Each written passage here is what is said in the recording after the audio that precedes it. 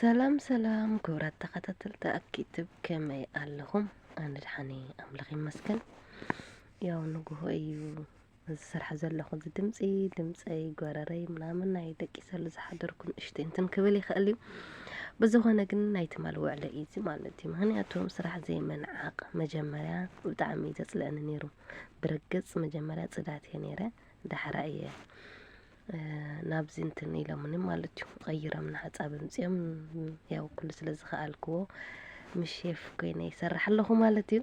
ሎማ አንተ ግን ሼፍ የለን በይነ እየ ዘለኹ ክሽነ ኦርደር መጽያትንና እዚ ትርእይዎ ዘለኹም ማዓንጣ እዩ ማዓንጣ ኣብ ዓድና ኣልቂቕና ኸቲፍና ድሎት ክንሰርሖ ኢና ንፈልጠዎ ዶ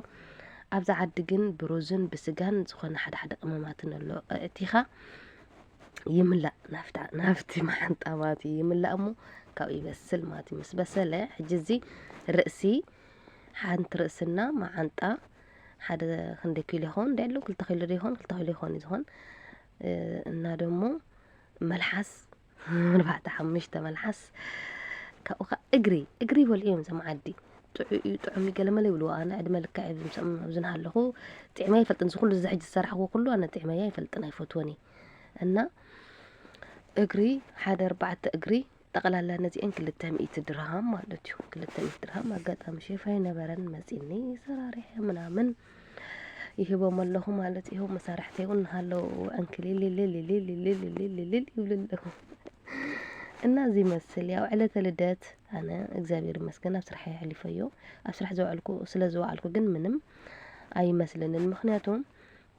ኣውደ ኣመት እሞ ኣብ ገዛይ ፋፍሽ ኢለ ገለመለ በቃ ተቆናኒና ገለታት ክውዕለለኒ ኢለ ኣይሓስብኒ በቃ ብቻ ሰላም ንኹን ብዓደይ ብቤተሰቡን ክፉ ኣይንስማዕ በቃ ብዝፈልጥ ሁሉ ክፉ ኣይንስማዕ እምበር ኣብ ስራሕ ክውዕል ከለኹ ብጣዕሚ ደስ ዝብለኒ ምሸት መጽአ ገዛይ በቃ እንታ ዘላ ይገብር ማለት እዩ እንጂ ኣብ ስራሕ ስለ ዝውዕልኩ ኡፍ ታይ ወደይ ስራሕ ወይ ኡፍ ገለመለታት ገለ ኣይብልኒ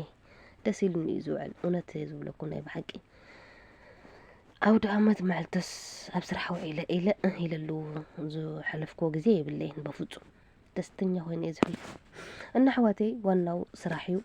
ንስራሕ እስካብ ዝመጻና ድረስ ጠንክርና ንስራሕ ክብል ይደሊ ስራሕ ዘይምንዓቕ ብመጀመርታ ኣነ ብስራሕ ዝኣተኹ ምሕጻብ ብሽሕና 5 ሕጂ ግን እግዚአብሔር ይመስገን ኩሉ ተስተኻኺሉ ኣሎ